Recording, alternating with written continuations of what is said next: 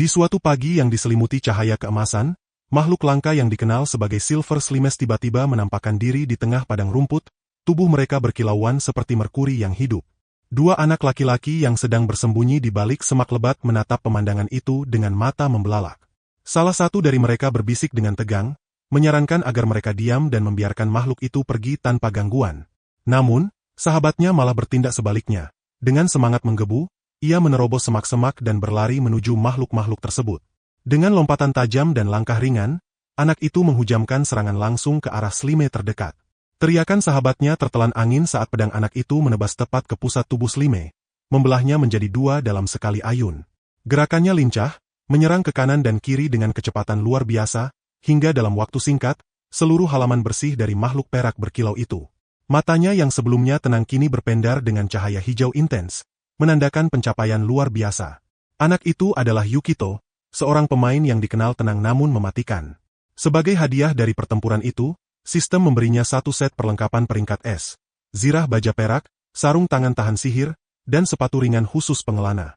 Di antara kerumunan yang menyaksikan dari kejauhan, seorang remaja dengan hoodie hijau mencatat tiap gerakan yang dilakukan Yukito, matanya penuh kekaguman. Ia menggelengkan kepala tak percaya, terpukau oleh keberuntungan luar biasa sahabatnya yang baru saja memperoleh 3 item langka dalam satu pertempuran, sesuatu yang bahkan hanya menjadi mitos di kalangan para pemain lainnya. Bagi Yukito, semua ini terasa seperti jawaban atas segala perjuangan dan luka yang telah ia lalui. Di masa lalu, Takahashi Yukito hanyalah petualang biasa dengan peringkat rendah, menghabiskan hari-harinya di tingkat bawah Dungeon Tokyo. Hari-hari itu penuh rasa putus asa dan monoton. Namun, segalanya berubah saat seorang pemuda memperlihatkan layar ponselnya. Monster sudah menerobos masuk ke zona mereka. Suasana pun langsung berubah mencekam. Beberapa orang menyarankan agar mereka mundur lebih dalam ke dalam Dungeon, sementara yang lain panik karena takut monster dari permukaan akan menyerbu. Di tengah kekacauan itu, seorang pria menghampirinya dan menyarankan dengan tenang agar kakek itu segera pergi. Ini bukan waktu yang tepat untuk bertarung. Pria itu mencoba menahan pria itu dengan menepuk lembut bahunya, namun sang kakek menolaknya. Tanpa gentar, ia justru melangkah langsung ke arah kawanan Slime, mengabaikan suara-suara peringatan yang memanggilnya. Orang-orang di sekitar hanya bisa terpaku, mengira bahwa pria tua itu telah kehilangan akal, padahal ia mungkin saja tahu sesuatu yang tidak mereka pahami. Ketika seorang pemuda tanpa sengaja menyenggol pria tua itu, tubuh rapuh sang kakek kehilangan keseimbangan dan terhempas ke tanah. Tudung jubahnya terlepas, memperlihatkan wajah penuh keteguhan dan ketenangan yang terukir oleh waktu. Sejak para petualang mulai menjelajahi dunia ini, segalanya berubah drastis. Kini, peningkatan level hanya bisa diraih dengan mengalahkan makhluk-makhluk buas. Dan setiap kenaikan level membawa perubahan besar dalam diri seseorang, baik kemampuan, kekuatan, maupun potensi tersembunyi. Pemuda tadi sempat melamun, berharap suatu hari kekuatannya bisa bertambah 5 poin lagi. Di era baru ini, memperoleh sihir atau teknik unik bukanlah sesuatu yang mengejutkan. Sang kakek perlahan bangkit, matanya tajam menatap ke depan, lalu memanggil antar muka statistiknya. Seketika cahaya menyala di udara, menampilkan data yang mengejutkan. Ia bukan petualang biasa, melainkan legenda hidup. Lelaki tua ini telah menapaki jalan panjang penuh pertempuran dan perjuangan. Sejak usia muda, ia memburu monster lemah demi satu kenaikan level. Tidak ada yang bisa menyamai rekornya. Dialah satu-satunya manusia yang nyaris mencapai puncak kekuatan hanya dalam satu kehidupan. Tanpa ragu, ia menerjang kumpulan Slime dengan serangan luar biasa. Pedangnya patah dua, namun semangatnya tak ikut runtuh. Level maksimal adalah 99, hanya tinggal satu langkah lagi menuju tahta tertinggi. Dengan tekad yang membara, Yukito memburu Slime perak, berharap bisa memetik poin terakhir yang dibutuhkannya. Walau peningkatan kemampuannya sempat terhambat, tak sedikit pun ia goyah. Ia maju mendekati Slime transparan raksasa, dengan inti bercahaya di tengah tubuhnya. Tanpa senjata, ia mengandalkan taring dan kegigihan, mencabik musuhnya dengan kekuatan murni. Dan di saat itulah, sistem mengirimkan notifikasi yang selama ini ia tunggu. Takahashi Yukito telah mencapai level maksimal. Ia terdiam, matanya membelalak. Bukan karena lelah, melainkan karena tak menyangka akhirnya ia benar-benar berhasil. Impian yang telah lama ia simpan akhirnya menjadi kenyataan. Sebagai imbalannya, kekuatannya bertambah 1 poin, dan angka 99 terpampang di papan pencapaiannya. Tapi bukan kegembiraan yang muncul, Yukito justru tersungkur di tanah, tubuhnya melemah. Tubuh tuanya tak sanggup lagi berdiri, dan dari kegelapan, siluet monster mulai bergerak mendekat. Ia bertanya-tanya dalam hati, apakah hidupnya hanya diisi oleh kegagalan demi kegagalan? Bahkan menyelamatkan sang ibu pun ia tak sanggup. Kilasan kenangan melintas cepat, seperti pertanda bahwa akhir sudah di depan mata. Air mata mengalir, bukan hanya karena kecewa, tetapi karena luka penyesalan yang begitu dalam. Dan kini nasibnya nyaris ditentukan oleh cakar iblis raksasa yang menjulang di hadapannya. Level itu seharusnya berakhir dengan kematian, tapi sistem mendeteksi anomali dalam data karakter Yukito. Tanpa peringatan, program pemulihan otomatis diaktifkan, fungsi hidup kembali terpicu. Detak jantung Yukito muncul kembali, dan bersamaan dengan itu, parameter tersembunyi yang tak pernah ia lihat pun terbuka. Sebagai bentuk kompensasi, sistem memberinya atribut unik serta tambahan luar biasa sebanyak 99.999 poin. Saat Yukito membuka matanya, pandangannya masih kabur. Suara lembut menyambutnya dengan ucapan selamat. Dalam keadaan limbung, ia melihat seorang gadis asing tersenyum dan memberitahukan bahwa dirinya kini resmi menjadi anggota petualang. Mata hijau Yukito membelalak, tak yakin dengan semua yang baru saja ia alami. Ia memeriksa sekeliling, berusaha memastikan ini bukan mimpi. Setelah menenangkan pikirannya, ia mengangguk dan mengucapkan terima kasih atas liontin yang diberikan sang gadis. Ketika akhirnya ia sendirian, pikirannya diliputi kebingungan. Keringat mengalir di pelipis saat ia menatap layar ponsel yang menampilkan waktu dan tanggal. Ia yakin, hari itu adalah waktu pendaftarannya ke Serikat Petualang. Namun, semuanya terasa asing. Satu-satunya yang masih tertinggal di pikirannya adalah kilasan tentang fitur bonus sebelum kematiannya. Sebagai seseorang yang terbiasa mengakses jendela status, Yukito langsung membuka menu karakteristik. Sebagian besar data masih familiar, tapi ada satu hal baru yang membuatnya terdiam. Sebuah kolom tambahan bertuliskan, keberuntungan. Atribut ini belum pernah ia temukan sebelumnya dan tampaknya merupakan variabel tersembunyi di kehidupan lamanya. Sulit dipercaya semua ini menimpa Takahashi Yukito, seorang pria yang menghabiskan 7 dekade hidupnya dalam bayang kegagalan. Ia bahkan masih bisa mengingat rasa lelah dari usia tuanya. Tapi kini, hidup seolah memberinya lembaran baru. Saat sesi perburuan Slime dimulai, Yukito segera berpindah ke dungeon lantai pertama bernama Jejak Tak Lapuk. Targetnya terlihat jelas di antara rerumputan, Slime yang tampaknya sudah menantinya. Dari sudut pandangnya, sebuah gerakan mencurigakan menarik perhatian. Begitu Yukito menyadari bentuknya, ia tertegun. Seekor Slime perak, makhluk langka yang hanya pernah ia lihat sekali seumur hidupnya. Dulu, Slime itu langsung melarikan diri begitu melihat pemburu mendekat. Monster ini dikenal sulit ditangkap, namun menyimpan jumlah pengalaman yang luar biasa tinggi. Dengan percaya diri, Yukito melangkah maju, yakin satu ayunan pedangnya akan menamatkan pertempuran. Tapi sebelum sempat menyerang, cahaya kecil di rerumputan menarik perhatiannya. Sebuah anak panah menancap tepat di samping kakinya. Suara lirih permintaan maaf terdengar dari kejauhan, tapi amarah Yukito sudah membuncah, kesal karena gangguan itu. Biasanya, suara seperti itu cukup untuk membuat Slime perak melarikan diri. Anehnya, makhluk langka itu masih berdiri diam, menatapnya seolah menantang. Dalam hitungan detik, monster mengerikan itu mulai bergerak, tanda bahwa serangan akan segera dimulai. Slime berwarna perak itu meluncur ke arah Yukito dengan kecepatan luar biasa. Yukito langsung siaga, mengayunkan pedangnya dalam sekejap. Tebasan itu mengenai tepat ke pusat makhluk tersebut. Intinya hancur berantakan, tak mampu menahan kekuatan serangan Yukito. Dalam satu gerakan, pertempuran berakhir dan level Yukito pun meningkat drastis. Sayangnya, pedangnya tidak selamat. Senjata itu retak dan hancur karena bentrokan tersebut. Slime jenis ini memang terkenal sangat tangguh. Kini, ia perlu mencari pengganti senjatanya secepat mungkin. Ketika matanya menyapu rerumputan sekitar, seberkas cahaya keperakan menarik perhatiannya. Ia hampir tak percaya apa yang dilihatnya. Sebilah pedang perak langka dengan peringkat S tergeletak begitu saja. Keberuntungan ini begitu luar biasa hingga Yukito sempat bertanya-tanya apakah ini hanyalah mimpi. Namun momen itu tak bertahan lama, karena 4 monster terbang tiba-tiba muncul dan menyerbu ke arahnya dengan ganas. Tak ada waktu untuk berpikir panjang, Yukito harus bertarung. Menggenggam pedang barunya, Yukito tahu ia tak akan bisa menumbangkan semua musuh sekaligus. Tapi dengan teknik bertarung yang tenang dan fokus, ia berhasil melancarkan beberapa serangan kritikal. Dalam beberapa menit, keempat monster itu berhasil dikalahkan. Dari hasil pertempuran itu, muncul sebuah baju zirah yang tergeletak di rerumputan, hasil dari salah satu serangan telaknya. Perlengkapan langka itu menjadi tambahan kekuatan yang tak ia duga sebelumnya.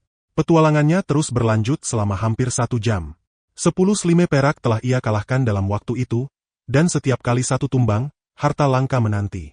Perlahan, Yukito mulai yakin bahwa keberuntungan bukan sekadar mitos. Ia berbaring di rerumputan, memandangi langit biru dengan senyum tenang. Dalam diam, ia mulai membayangkan masa depan di mana kekuatannya bisa membawa kebahagiaan untuk keluarganya. Ibunya tengah terbaring sakit dan membutuhkan pertolongan, sementara adik perempuannya yang cantik pun tampak sedang kehilangan arah. Yukito menatap langit sambil mengangkat tangannya, memikirkan segala hal yang bisa ia lakukan demi orang-orang tercintanya. Tiba-tiba, ia terdorong untuk duduk. Sebuah kenangan lama muncul, tentang rumah yang telah lama ia tinggalkan. Setelah 7 dekade menjalani hidup seorang diri, kini ada peluang untuk memulai kembali. Yukito berdiri, merasakan panggilan dalam hatinya untuk pulang. Apartemen dengan nomor 203 yang bertuliskan nama keluarga Takahashi kini terasa begitu bermakna. Dengan tangan sedikit bergetar, ia meraih gagang pintu. Hatinya berdebar kencang, dan ia menyadari dirinya perlu menenangkan pikiran terlebih dahulu. Ia menarik napas panjang, mencoba mengatur emosinya yang memuncak. Saat akhirnya ia hendak membuka pintu, sesuatu mengejutkannya. Pintu itu terbuka dari dalam lebih dulu. Di ambang pintu, tampak sosok Naomi, adiknya, berdiri dengan mata berkaca-kaca, menatap Yukito yang akhirnya pulang. Kebahagiaan terpancar jelas di wajah gadis itu, meski ada sedikit kebingungan melihat emosi yang ditunjukkan sang kakak. Tanpa sepatah kata pun, Yukito langsung memeluk Naomi dengan erat, membuat gadis itu sempat curiga. Jangan-jangan ini bagian dari prank yang melibatkan kamera tersembunyi. Meskipun ia sempat meminta dilepaskan, pelukan Yukito tak mengendur. Dalam hatinya, ia bersumpah, mulai saat ini, ia akan melindungi keluarganya sekuat tenaga. Dengan suara pelan namun mantap, ia mulai menceritakan semua hal yang telah ia lalui, petualangan luar biasa yang tak pernah terbayangkan. Naomi nyaris tak percaya ketika mendengar bahwa ada harapan untuk menyembuhkan ibu mereka. Yukito mengangguk mantap, mengatakan bahwa tidak ada yang mustahil selama mereka berusaha sekuat tenaga. Keesokan harinya, Yukito mengambil langkah besar. Ia menukar barang-barang berharga yang ia bawa dari perjalanannya dengan sejumlah uang yang sangat banyak. Dengan dana itu di tangan, ia menghadiri sebuah pelelangan dan tanpa ragu mengajukan tawaran 10 juta demi mendapatkan sebuah botol eliksir penyembuh kelas tinggi, obat langka yang diakininya bisa menyembuhkan sang ibu. Tujuan berikutnya adalah rumah sakit. Bersama Naomi, ia berjalan melewati lorong menuju kamar rawat sang ibu, dan setelah mendapat izin, mereka pun masuk. Sang ibu menyambut mereka dengan senyum penuh kasih. Matanya berbinar melihat kedua anaknya datang menjenguk. Ia sempat bertanya kabar mereka, namun Yukito membalikan pertanyaan, menanyakan kondisi ibunya lebih dulu. Naomi membuka bekal yang ia bawa, makanan hangat dan lezat, membuat ibunya tersenyum, meski sempat menegur mereka karena telah menghabiskan uang untuk hal tersebut. Yukito meyakinkannya bahwa keuangan mereka kini tak lagi jadi masalah, dan Naomi menambahkan bahwa mereka membawa sesuatu yang jauh lebih penting. Tatapan ibunya berubah penasaran. Dengan tenang, Yukito mengeluarkan botol kecil berisi cairan bercahaya dari saku jaketnya. Ia memohon agar sang ibu mau meminumnya, meskipun terdengar aneh. Naomi menjelaskan bahwa eliksir itu dibeli dengan uang hasil petualangan Yukito di dalam Dungeon. Sang ibu tertegun, tak menyangka putranya yang baru memulai perjalanan sebagai petualang sudah bisa mendapatkan uang sebanyak itu. Dengan senyum tipis, Yukito berkata bahwa ia hanya beruntung. Dunia Dungeon penuh kejutan, ibarat berjudi dengan nasib. Ia kembali memohon, menyodorkan botol kecil itu. Meski ragu, sang ibu akhirnya membuka tutupnya dan meminum isinya. Dalam hitungan detik, sesuatu yang luar biasa terjadi. Tubuhnya mulai memancarkan cahaya lembut yang terasa hangat. Yukito dan Naomi menatap penuh harap, menanti hasilnya. Sang ibu perlahan merasakan tubuhnya menjadi ringan, seakan semua rasa sakit dan beban menghilang begitu saja. Nafasnya terasa lega, dan senyum tipis terukir di bibirnya. Yukito menghela napas lega, dan Naomi memekik kecil, tak mampu menyembunyikan rasa bangga pada kakaknya. Tak lama kemudian, sang ibu mengerutkan wajah, mengeluh bahwa rasa eliksir itu sangat pahit, mirip ramuan aneh dari hutan lebat. Dengan sigap, Yukito memberikannya makanan penutup untuk menghilangkan rasa tak enak itu. Beberapa hari kemudian, sang ibu menjalani pemeriksaan medis. Hasilnya mengejutkan, penyakit yang selama ini menggerogotinya mulai mereda, bahkan tak lagi berkembang. Ia hanya perlu waktu singkat untuk rehabilitasi sebelum diperbolehkan pulang. Dan akhirnya, mereka bisa kembali tinggal bersama di rumah, di bawah satu atap, seperti mimpi yang menjadi nyata. Untuk pertama kalinya setelah sekian lama, sang ibu duduk di meja makan rumah sendiri, menyantap hidangan yang dibuat oleh Naomi. Bahkan setelah makan, ia mencuci piring dengan tangannya sendiri, sembari berkata bahwa tak ada tempat yang lebih menenangkan daripada rumah sendiri. Naomi tampak sangat bahagia melihat ibunya pulih, tetapi Yukito masih menyimpan kegelisahan di hatinya. Naomi memperhatikan wajah kakaknya, menunggu penjelasan yang belum juga ia dengar. Yukito akhirnya mengungkapkan bahwa eliksir tersebut hanyalah penawar sesaat, bukan solusi yang menyembuhkan sepenuhnya. Kabar itu menghantam hati Naomi, membuatnya merasa terpukul dan bingung. Dengan raut wajah gelisah, ia bertanya, langkah apa yang harus mereka ambil selanjutnya? Yukito pun menjawab, yang mereka butuhkan adalah eliksir sejati, ramuan legendaris yang mampu menyembuhkan hingga ke dasar penyakit. Naomi, adik perempuannya, langsung menebak. Apakah yang dimaksud sang kakak adalah eliksir yang sering disebut dalam cerita-cerita petualangan dan iklan televisi? Sebuah benda mitos yang konon hanya bisa ditemukan oleh petualang luar biasa di lantai ke-50. Harta itu tidak bisa dibeli, tak peduli seberapa besar uang yang ditawarkan. Dengan semangat, ia menambahkan bahwa benda itu begitu langka dan luar biasa unik. Yukito pun mengangguk pelan, membenarkan bahwa itulah tujuannya. Sebuah harta karun yang hanya bisa didapatkan oleh mereka yang menemukannya sendiri. Tidak perlu menumbangkan monster buas, cukup keberuntungan dan keberanian. Naomi mulai berpikir, jika tidak bisa dibeli, berarti satu-satunya cara mendapatkannya adalah dengan mencarinya langsung. Tapi, apakah kakaknya mampu menembus lantai ke-50 itu? Pertanyaannya dijawab Yukito dengan nada serius. Secara teori, tidak mungkin. Perjalanan menuju kedalaman itu sama saja dengan menantang maut. Naomi terdiam, lalu menyimpulkan bahwa eliksir ajaib itu tampaknya takkan pernah mereka miliki. Namun, senyum kecil muncul di wajah Yukito. Senyum penuh teka-teki. Ia menjelaskan bahwa semua itu hanya berlaku dalam teori. Ia percaya, keberuntungan yang kini menyertainya, ditambah pengetahuannya dari kehidupan sebelumnya, akan menjadi kunci. Ia mengingat sesuatu, ada satu pengecualian. Eliksir itu juga bisa diperoleh di lantai yang lebih dangkal, walau dengan cara yang lebih kompleks. Salah satu peluang langka itu berasal dari golem tua yang menjaga lantai ke-20. Makhluk perkasa itu menyimpan eliksir tersebut, tapi kemunculannya sangat jarang, dan ia membawa item langka yang biasanya hanya dimiliki oleh bos khusus. Bagi Yukito, semua ini seperti bermain dadu dengan takdir. Dulu, di kehidupan sebelumnya, ia hanya pernah mendengar satu kisah tentang seseorang yang berhasil merebut eliksir dari golem itu. Kini, ia merasa peluang itu bisa jatuh padanya, dan dengan itu, menyelamatkan sang ibu tercinta. Naomi mengamati ekspresi kakaknya. Ada keyakinan kuat, namun juga ada sesuatu yang terasa mencurigakan. Dengan nada menggoda, ia bertanya apakah Yukito benar-benar sudah punya rencana. Lalu ia tersenyum percaya diri, seolah mengatakan bahwa kakaknya pasti bisa menaklukkan segalanya. Kata-kata itu menyulut semangat dalam diri Yukito. Dukungan keluarga, pikirnya, adalah kekuatan paling berharga. Tapi sebelum menembus Dungeon, ia harus bersiap. Naomi tak bisa menyembunyikan keterkejutannya saat mendengar rencana Yukito yang serius. Apa saja yang perlu dipersiapkan? Bagi Yukito, selalu ada jalan jika ada tekad. Ia melangkah ke arah lemari tempat foto keluarga mereka tersusun rapi, lalu mengambil perlengkapan yang sudah lama ia simpan. Hal pertama yang ia ambil adalah senjata utamanya, sebilah pedang besar yang dibuat dari slime perak. Pedang itu memiliki daya serang luar biasa, tapi memiliki risiko meleset hingga 30% karena tekstur slimenya yang licin. Ia juga membawa pelindung spesial. Pelindung berbentuk tetesan air mata slime perak yang mampu mengurangi kerusakan sebesar 33%. Sementara Yukito menyiapkan segala perlengkapannya, Naomi memperhatikan dengan penuh rasa penasaran. "Kak, kau benar-benar akan pergi?" tanyanya lirih. Dengan anggukan mantap, Yukito menjawab. Penampilannya memang tak menyerupai petarung hebat yang biasa turun ke Dungeon. Para pejuang umumnya mengenakan zirah berat dan senjata lengkap. Tapi Yukito tahu diri. Ia belum cukup kuat untuk membawa semua itu.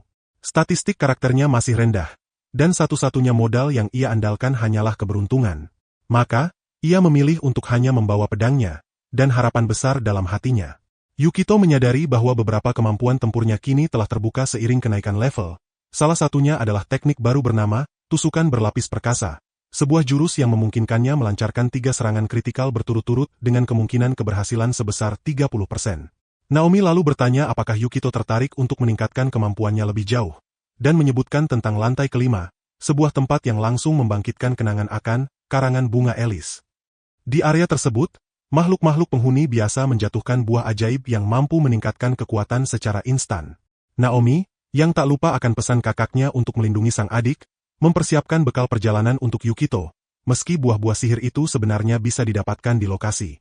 Dengan penuh rasa terima kasih, Yukito menyampaikan apresiasinya, dan sesaat kemudian, sebuah kotak kecil muncul di jendela sistemnya. Begitu membuka pintu rumahnya, sang pemuda pun kembali menapaki perjalanan barunya. Hutan yang kini dimasukinya tampak gelap dan berkabut, dihiasi oleh jamur berpendar ungu yang tumbuh di batang pohon, serta tanaman pemakan daging yang diam-diam mengincar makhluk kecil. Setelah berjalan cukup lama, ia tiba di lantai kelima, sebuah zona yang dikenal sebagai karangan bunga elis. Wilayah ini hampir sepenuhnya dipenuhi oleh monster bertipe tanaman, membuatnya rawan jadi labirin hidup bagi para petualang. Meskipun begitu, area ini tergolong sebagai zona awal yang cukup sering dijelajahi. Yukito merasa yakin, selama ia memegang peta, tak ada yang perlu dikhawatirkan. Maka, ia melanjutkan perjalanan dengan mengandalkan naluri dan sedikit keberuntungan. Tak lama kemudian, ia melihat sekumpulan semut besar dan pohon-pohon aneh menyerupai manusia. Ia segera menyadari bahwa semut-semut tersebut tengah menyamar menggunakan teknik mimikri, berpura-pura menjadi pepohonan. Jika diamati dengan jeli, daun-daun di sana tampak berbeda karena tak memiliki urat, dan akar-akarnya mencuat seperti kaki yang siap melangkah. Saat sepasang mata merah menyala dari salah satu batang pohon, Yukito langsung tersenyum lebar. Serangannya yang presisi berhasil kembali. Monster tersebut terbelah dalam satu tebasan. Ia kini benar-benar memahami bahwa kunci untuk menang adalah mampu mengantisipasi kapan dan dari mana serangan datang, sesuatu yang kini terasa mudah baginya. Tak berselang lama, sebuah hadiah jatuh ke tanah. Buah ajaib itu segera ia ambil dan gigit tanpa ragu. Rasanya mirip campuran antara apel dan pir, meskipun soal rasa bukanlah hal yang ia pikirkan. Yang lebih penting adalah melihat apakah kekuatannya meningkat. Ternyata, meski efek buah itu tak terlalu besar, peningkatan kemampuannya tetap terasa. Siapa sangka langkah kecil ini justru membawanya lebih dekat ke jalur seorang petarung sejati. Setelahnya, Yukito memulai perburuan besar-besaran terhadap para semut. Sepanjang hari, ia bertarung sambil terus mengonsumsi buah hasil buruan, hingga rasanya yang semula nikmat menjadi hambar. Karena bosan, ia memutuskan menikmati makanan dari bekal yang diberikan Naomi saat siang hari. Sembari beristirahat, ia memeriksa perkembangan statistik dirinya, dan tersenyum puas setelah menyadari bahwa ia kini telah mencapai tingkat kemampuan tempur menengah. Menyadari malam mulai merayap dan tubuhnya terasa berat, ia memutuskan untuk mengakhiri ekspedisinya hari itu dan bersiap untuk pulang. Namun, ketika ia hendak berbalik arah, Yukito menangkap firasat aneh, seperti ada seseorang yang sedang mengintainya dari balik semak-semak. Begitu ia menoleh, dua sosok pria muncul dari belakang pepohonan. Salah satunya tersenyum lebar, memperlihatkan gigi emas yang mencolok, sedangkan yang satunya memakai cincin mencurigakan yang tak cocok dengan penampilannya. Mereka langsung menuduh Yukito tamak karena diduga mengambil semua harta rampasan sendirian. Dengan nada mengintimidasi, mereka menyebut bahwa orang baru sepertinya butuh pelajaran tentang etika bertarung.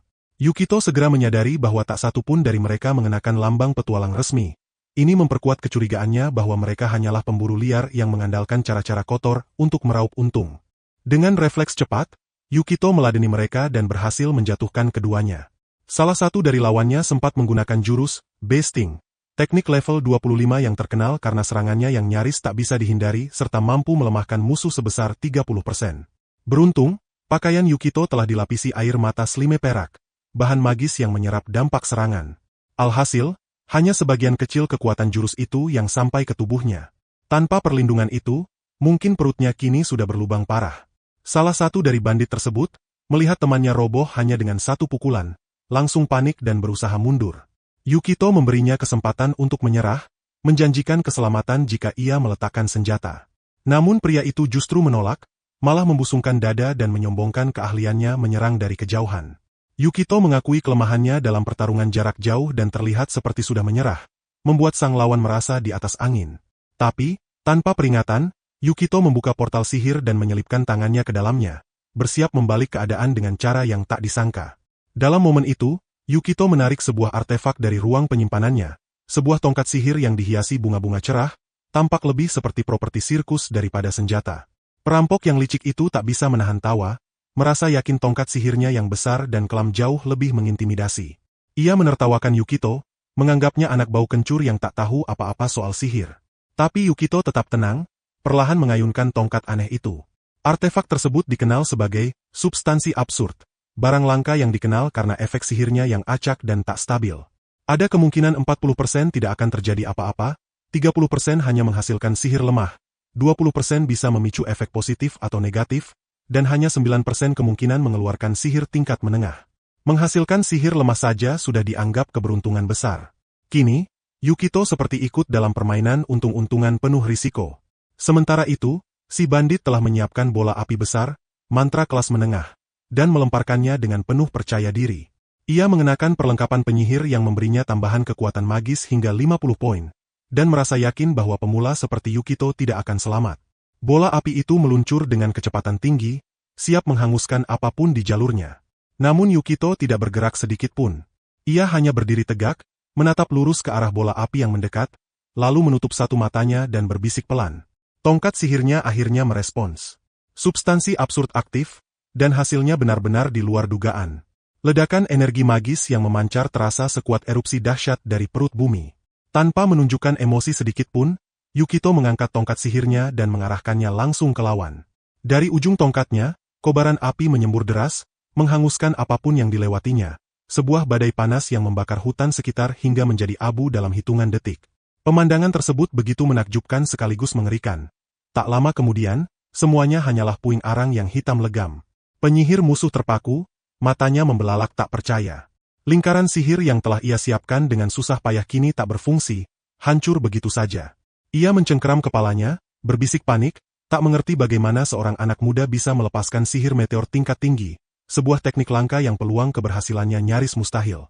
Dengan napas tercekat, perampok itu memohon agar Yukito menghentikan amukannya. Ketakutan membuat suaranya gemetar, bahkan tubuhnya ikut goyah tak terkendali. Tapi Yukito tetap bergeming, terus menghancurkan segalanya hingga tempat itu hanya tersisa abu, dan lawannya jatuh menjadi sosok kecil tak berdaya. Dahsyatnya sihir itu juga menghancurkan artefak yang sempat diambil Yukito dari sarang monster sebelumnya. Menatap tongkat yang kini dipenuhi retakan, Yukito mengangkatnya sebentar, memeriksanya dengan penasaran, lalu melemparkannya ke tanah. Baginya, benda itu sudah tidak berguna lagi. Ia menarik napas panjang, menyadari betapa beruntungnya ia bisa keluar sebagai pemenang dari pertempuran ini. Namun, Yukito tahu bahwa membiarkan dua kriminal itu tergeletak tanpa penjagaan bukan keputusan bijak. Maka ia memutuskan untuk menyeret mereka keluar lebih dulu, tentunya setelah memastikan mereka tidak bisa melawan. Ia mengikat keduanya dengan kuat, merasa tugasnya cukup, lalu berjalan ke arah tangga untuk kembali ke permukaan. Saat menyeret kedua penjahat itu bersamanya, Yukito merasa seperti sedang berada dalam misi dalam sebuah game aksi. Begitu keluar dari lorong bawah tanah, ia langsung menyerahkan para penjahat itu kepada pihak kepolisian. Proses penyelidikan pun berlangsung hingga langit berubah gelap dan matahari tenggelam. Baru setelah itu Yukito menyadari betapa tubuhnya terasa begitu letih. Meski begitu, ia belum bisa pulang karena masih ada satu tempat lagi yang perlu ia datangi. Langkahnya membawanya ke kantor asosiasi petualang. Sesampainya di sana, ia mendekati meja resepsionis dan meminta maaf karena tak sempat mengirim laporan sebelumnya. Dengan senyum ramah, gadis di meja itu menanyakan apakah ia adalah Tuan Takahashi Yukito. Rupanya, kepolisian telah mengabarkan prestasi Yukito kepada pihak asosiasi. Sang resepsionis pun memberi selamat atas keberhasilannya, dan memberitahunya bahwa peringkat petualangnya kini resmi naik menjadi peringkat perak. Yukito terperangah. Ia merasa belum layak menerima kenaikan peringkat sebesar itu. Dalam pandangannya, pencapaian seperti itu seharusnya hanya didapat setelah bertahun-tahun misi berat, mengumpulkan item langka dan menaklukkan monster kuat. Tapi gadis itu meyakinkannya bahwa tak ada kesalahan. Takahashi Yukito telah menangkap dua anggota kelompok kriminal berbahaya bernama Crimson Hands, dan itu lebih dari cukup untuk membuktikan kelayakannya. Dalam benaknya, Yukito bertanya-tanya, apakah menangkap dua kriminal kelas kakap benar-benar cukup untuk membuatku naik pangkat? Gadis di meja informasi mengangguk pelan, lalu menjelaskan bahwa keduanya punya kemampuan yang sebanding dengan petualang tingkat perak. Yukito hampir tak percaya. Ternyata dua orang yang ia hadapi jauh lebih berbahaya daripada dugaannya. Kalau saja keberuntungan tidak berpihak padanya hari itu, mungkin ia sudah tak bisa berdiri di sana sekarang. Ia menatap liontin perak yang baru saja diterimanya, lalu menggenggamnya sambil mengulas senyum tipis. Mungkin ini cuma keberuntungan, gumamnya ringan. Gadis itu membalas dengan nada datar, namun penuh hormat. Ia mengatakan bahwa kerendahan hati adalah kualitas penting, terutama bagi petualang peringkat perak. Ia berharap Yukito bisa menunjukkan kemampuannya saat menjelajahi lantai-lantai dalam Dungeon. Di dunia petualangan, peringkat menentukan batas lantai yang boleh dijelajahi. Petualang perunggu hanya bisa sampai lantai 10, perak boleh turun hingga lantai 30, sedangkan emas bebas menjelajah sejauh yang mereka mampu. Yukito mengenakan kalung peraknya dengan mantap. Itu adalah simbol tekadnya untuk setidaknya mencapai lantai 20. Pegawai guild itu tampak mengangguk puas, meskipun sempat memperingatkan bahwa area tersebut penuh dengan ancaman mematikan. Ia menyarankan agar Yukito tak menjelajah sendirian. Yukito membalas dengan anggukan singkat dan ucapan terima kasih, lalu berbalik meninggalkan ruangan. Gadis itu hanya bisa menatap punggungnya dengan harapan dalam diam. Dalam hati, Yukito merasa yakin bahwa dirinya tumbuh jauh lebih cepat dari yang pernah ia bayangkan. Bahkan kejadian dengan para penjahat beberapa hari lalu, kini terasa seperti keberuntungan yang dikirim semesta. Langkahnya tiba-tiba terhenti saat sebuah suara memanggil. Seorang pria tua berpenampilan elegan, mengenakan jas panjang dan topi tinggi, menghampirinya. Dengan suara tenang, ia meminta waktu sebentar. Yukito berhenti dan bersedia mendengarkan. Sang pria menanyakan apakah benar dialah petualang yang menundukkan dua penjahat baru-baru ini.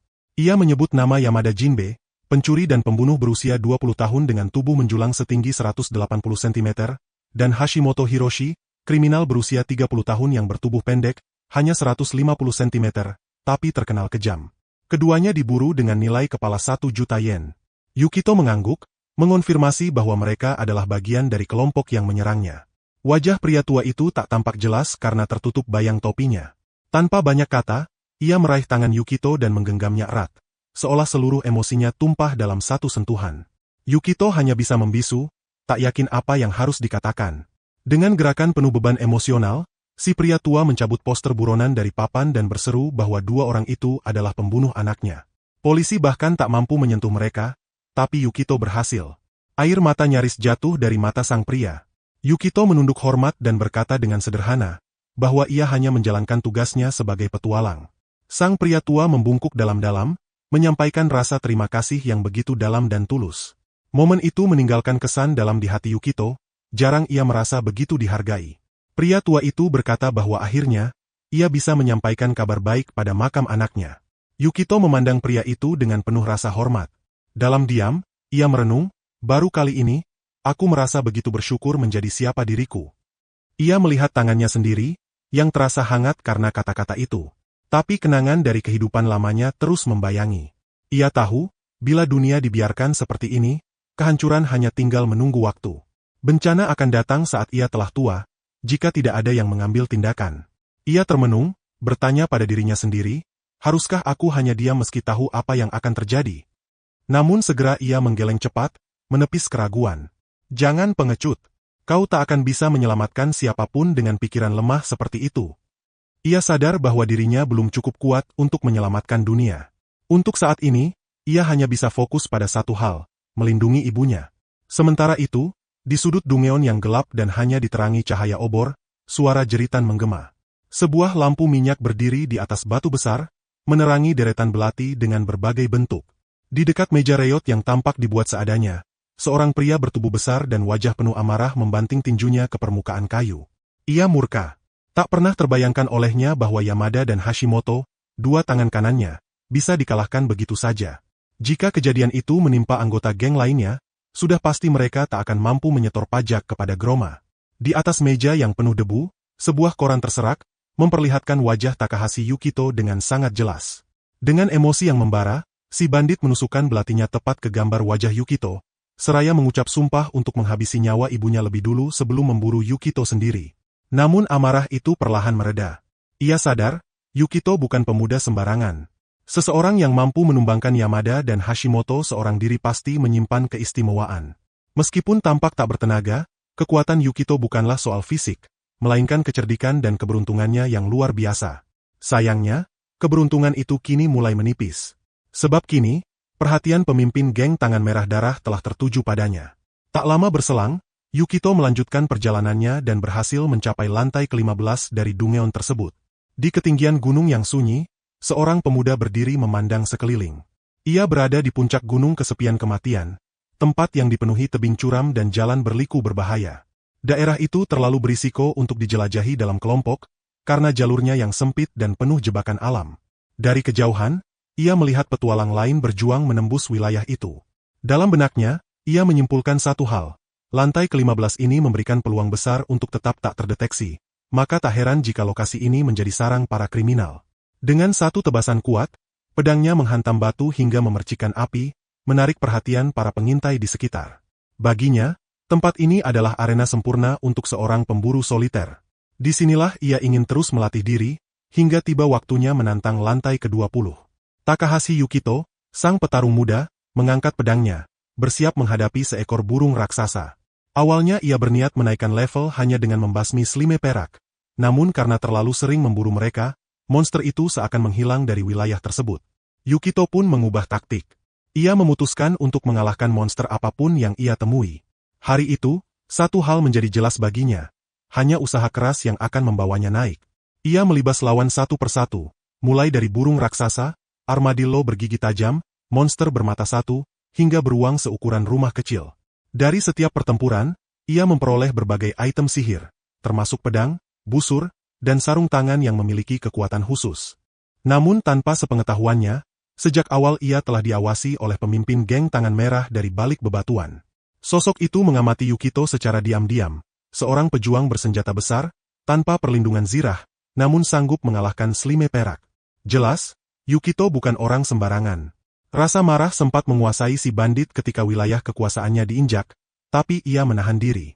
Ia memutuskan untuk tidak gegabah. Ia mengikuti Yukito diam-diam, memperhatikan setiap geraknya sepanjang hari.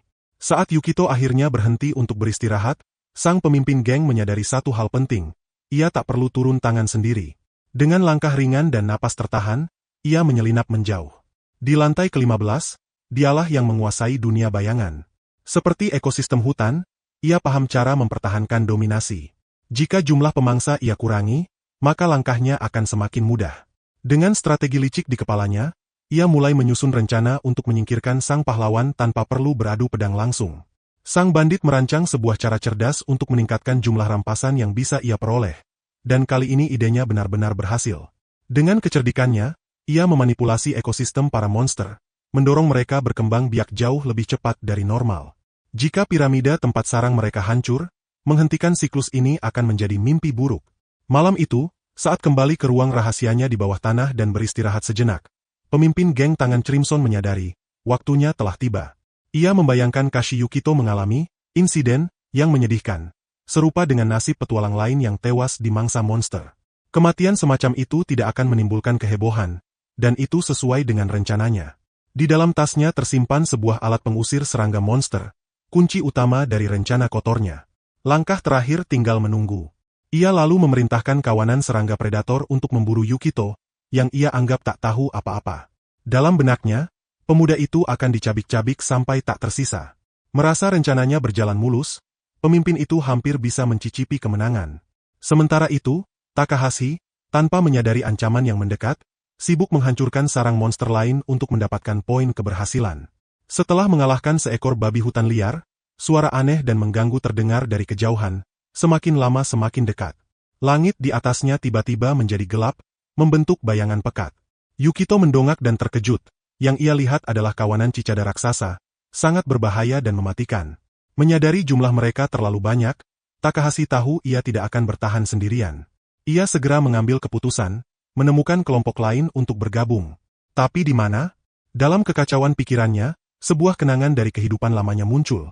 Di lantai ini seharusnya ada pos suplai, lokasi perlindungan di puncak gunung kesepian yang menyeramkan. Tempat itu tersembunyi di dalam gua tanah merah, namun sejauh ini ia belum menemukannya di peta. Sebuah jurang besar menghalangi jalannya. Tak punya waktu untuk ragu, ia mengandalkan pedangnya sebagai pengait, menuruni dinding batu. Setelah menggapai dasar, ia melompat ke sisi seberangnya. Warna tanah di sana berbeda, dan ia merasa sudah berada di tempat yang benar. Namun akses masuk tidak terlihat jelas, dan monster terus berdatangan. Ia mulai berteriak, berharap ada yang mendengarnya. Namun, tembok itu tetap sunyi. Yukito menoleh ke belakang, awan serangga semakin mendekat. Ia menempelkan tubuh ke dinding batu, siap menghadapi serangan terakhir. Tapi tiba-tiba, dorongan nalurinya membuatnya menghantam dinding itu. Apa yang terbuka di baliknya membuatnya terpana. Lorong sempit dengan puluhan orang, lelaki dan perempuan dalam pakaian minim, tangan terikat, mulut tertutup lakban, tergeletak lemah tanpa daya. Yukito tertegun. Apa sebenarnya tempat ini? Para tawanan memandangnya penuh harap, memohon dalam diam. Ia sempat berpikir telah menemukan markas kelompok sesat, tapi suasananya terlalu mencekam untuk sekadar itu. Ia tak buang waktu. Dengan kecepatan luar biasa dan pedang di tangan, ia membebaskan satu persatu dari mereka. Gerakannya begitu cepat hingga nyaris tak terlihat. Wajah-wajah yang semula putus asa kini memancarkan harapan. Setelah semuanya bebas, ia mulai menyusun potongan teka-teki. Beberapa dari mereka mengatakan bahwa mereka disergap dan pingsan tiba-tiba. Tidak dibunuhnya mereka menandakan bahwa penculik berencana menjual mereka. Yukito mulai curiga, apakah ini markas kelompok kriminal Crawlers yang selama ini dicari? Bukankah tempat ini seharusnya menjadi pos suplai para petualang? Lalu, sebuah kesadaran muncul. Tempat ini mungkin baru akan menjadi pos suplai di masa depan, setelah dikuasai kembali oleh pihak berwenang. Ia datang terlalu awal. Dalam masa lalunya, Yukito tak peduli pada hal-hal seperti ini. Selama 10 tahun hidupnya hanya dihabiskan untuk berburu slime. Mungkin karena itu, waktu terasa kabur seiring bertambahnya usia. Beberapa detik kemudian, sang pahlawan menghentikan pusaran pikirannya. Ini bukan saatnya tenggelam dalam lamunan. Ada hal yang jauh lebih mendesak. Mencari jalan keluar dari sergapan serangga pemangsa yang mengintai dari kejauhan. Para tawanan yang baru saja ia temui sama sekali tak memiliki perlindungan. Dan pertemuan mendadak ini membuatnya sedikit terguncang. Namun ia tahu, waktu untuk kebingungan telah habis. Ia harus segera bertindak demi menyelamatkan mereka. Dengan langkah cepat dan suara lantang, sang pahlawan menarik perhatian semua orang, berusaha membuat mereka tenang dan mendengarkan. Yukito mengarahkan jarinya ke langit gelap di atas mereka, memperingatkan akan datangnya kawanan cicas mematikan yang sedang meluncur dengan kecepatan luar biasa. Monster-monster menyeramkan itu bergerak seperti badai, dan dalam hitungan menit, mereka akan membanjiri lantai 15 penjara bawah tanah, tanpa memberi celah sedikitpun untuk melarikan diri. Para tahanan, yang bersembunyi di balik celah gua, melongok dengan mata membelalak. Tak satu pun dari mereka percaya dengan apa yang terlihat. Kepanikan pun merambat cepat, membuat barisan mereka nyaris runtuh. Makhluk-makhluk itu datang dari segala penjuru, seperti lautan tanpa batas.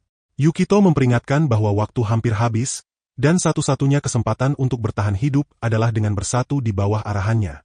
Namun, wajah para pemuda dan pemudi itu mencerminkan rasa takut yang dalam. Mereka tidak yakin bisa melawan tanpa perlengkapan. Seorang gadis tampak putus asa, berkata bahwa semua harapan telah pupus karena mereka benar-benar tak memiliki apa-apa. Seorang pemuda menambahkan bahwa semua barang mereka telah direbut oleh para Crawler. Namun Yukito hanya menanggapi dengan senyum tenang. Ia berkata bahwa ia bisa mempersenjatai mereka. Dengan cepat, ia mengakses sistem yang dimilikinya, hasil dari pertarungan melawan monster sebelumnya. Seketika, berbagai perlengkapan tempur muncul dari ruang penyimpanannya. Pedang tajam, busur siap pakai, perisai kokoh, serta baju zirah yang berkilauan. Gua itu kini dipenuhi dengan senjata dan armor yang tampak seperti harta karun. Semua mantan tahanan terpana. Takahashi, yang berdiri di samping Yukito, menambahkan bahwa ia bahkan bisa memberikan senjata-senjata itu secara permanen kepada mereka. Mereka hanya bisa menatap tanpa kata-kata. Perlengkapan itu terlihat mahal dan langka. Salah satu gadis berbisik pelan, mengatakan bahwa ia belum pernah melihat senjata seindah itu. Rasa penasaran mulai muncul. Dari mana semua itu berasal? Siapa sebenarnya pria misterius ini? Tapi Yukito belum mengatakan apapun tentang dirinya. Banyak pertanyaan mengambang di udara, namun belum ada jawaban. Para pemuda mulai memilih senjata dan pakaian pelindung dengan tergesa, dan perdebatan kecil pun terjadi. Beberapa ingin kekuatan serang, sementara yang lain lebih memilih pertahanan. Seorang dari mereka sempat bercanda bahwa menjual senjata-senjata itu bisa membuat mereka kaya raya. Seorang gadis mendekat dan bertanya dengan ragu, apakah mereka benar-benar boleh mengambil semua ini? Yukito hanya mengangguk singkat. Ia tak meminta bayaran, hanya satu hal, izinkan dia memimpin untuk sementara. Tak seorang pun menolak. Semua sadar, hidup mereka telah diselamatkan olehnya. Kini, dengan perlengkapan di tangan, semangat tempur mulai membara. Mereka siap untuk bertempur di bawah bendera Yukito. Gadis berambut merah memilih busur dan mengangkat alis dengan senyum tipis. Tanda bahwa ia siap mengikuti perintah. Satu persatu, semua mengangguk setuju. Seorang pemuda bertubuh kekar bahkan menawarkan diri menjadi pengalih perhatian. Takahashi kemudian bicara, suaranya pelan namun tajam, meminta semua fokus dan tenang. Dalam pikirannya, kenangan masa lalu berkelebat, saat ia diambang kematian. Kini, kesempatan untuk memimpin terasa seperti keajaiban. Beberapa dari mereka bertukar pandang, tersenyum kecil, menanti langkah selanjutnya dari sang pemimpin baru. Namun Yukito tetap tenang, tak terbawa suasana. Ia berdiri di mulut gua, menatap gelapnya lorong dengan tajam. Dalam benaknya, strategi mulai terbentuk, mereka harus memanfaatkan jalur masuk gua yang sempit agar bisa membatasi jumlah monster yang menyerbu sekaligus. Takahashi mengeluarkan perintah tegas. Basmi sebanyak mungkin serangga yang datang menyerbu. Ia memandang wajah rekan-rekannya satu persatu, sebagian menunjukkan ketakutan, sementara yang lain tampak membara dengan semangat juang. Yukito percaya bahwa dengan kekompakan mereka, gerombolan makhluk buas itu bisa dikalahkan. Sebagai pemimpin dari kelompok kecil ini, ia mengangkat pedangnya tinggi dan memberikan aba-aba untuk maju. Begitu makhluk-makhluk menjijikan itu mulai memasuki gua, peperangan pun meledak. Yukito menyerang tanpa ragu, menumbangkan monster demi monster dengan strategi yang jitu. Di lorong gua yang sempit dan gelap, ia berhasil memanfaatkan ruang sempit itu sebagai keunggulan. Dengan gerakan cepat dan presisi, ia mengayunkan pedangnya ke kanan dan kiri, menyapu makhluk-makhluk yang datang bersama kawan-kawannya. Dalam kekacauan tersebut, seorang gadis berambut merah menyabet musuh dengan tembakan panah yang tepat sasaran, sementara seorang bocah lelaki menunjukkan kekuatan magisnya yang luar biasa. Kelompok ini bahu-membahu menahan tekanan serangan serangga yang jumlahnya begitu besar, hingga sinar dari luar gua nyaris tertutup. Serangga terus berdatangan tanpa henti. Meski sudah banyak yang tumbang, gelombang baru segera menggantikan. Beberapa mantan narapidana yang tergabung dalam kelompok mulai goyah dan kehilangan asa, seolah-olah pertarungan ini tak akan menemukan akhir. Yukito Takahashi menyadari bahwa sejauh ini mereka belum membuat kemajuan berarti. Bahkan dirinya pun mulai dilanda keraguan. Apakah kemenangan masih mungkin diraih? Tiba-tiba, getaran hebat mengguncang tanah, disusul runtuhnya bebatuan dari langit-langit gua. Dengan sigap, Takahashi memerintahkan mundur teratur. Mereka segera mundur ke dalam, makin jauh ke lorong terdalam, diikuti oleh monster-monster yang terus memburu. Kepanikan mulai merambat seperti api. Banyak yang mulai percaya bahwa ajal mereka telah mendekat. Yukito memusatkan perhatian, mengamati sekeliling dengan tajam. Di antara puing-puing dan debu, matanya menangkap sesuatu yang mencolok, beberapa bahan peledak yang tertinggal di dekat lorong kecil. Nalurinya langsung menyadari potensi benda itu. Ia menduga bahan peledak itu dulunya milik para penambang yang pernah bekerja di sini. Dengan cepat, ia mengambilnya dan memerintahkan semua orang untuk mencari lebih banyak. Seorang anak laki-laki berseru bahwa itu bisa dijadikan senjata pamungkas, dan para gadis segera menyebar, berlomba mengumpulkan dinamit. Semua memahami bahwa inilah kesempatan terakhir mereka untuk hidup. Berjam-jam mereka bertahan di tengah gelombang serangan, tanpa henti dari kawanan serangga mematikan. Tubuh mereka nyaris habis tenaga, tapi tekad mereka masih menyala. Ruang yang tersisa untuk bertarung kini hanya sepertiga dari keseluruhan gua, dan para penyintas mulai menyadari bahwa mereka terpojok. Seorang gadis tampak lelah, mananya hampir habis sepenuhnya. Dinding gua retak dan mengancam untuk runtuh kapan saja. Yukito, yang berusaha mempertahankan kendali, mulai merasa bahwa mereka mendekati titik akhir. Ia menarik napas panjang, menutup matanya, dan sadar, tidak ada jalan mundur. Dengan suara keras, Yukito memanggil semua orang, mengumpulkan perhatian mereka. Ia memerintahkan agar semua bahan peledak yang berhasil dikumpulkan segera dibawa ke satu titik. Tak seorang pun membantah, meskipun mereka tahu bahan itu mungkin tak cukup kuat untuk menghabisi seluruh kawanan serangga, usaha nekat yang mungkin sia-sia. Tapi inilah satu-satunya pilihan mereka. Harapan terakhir yang bisa mereka pertaruhkan.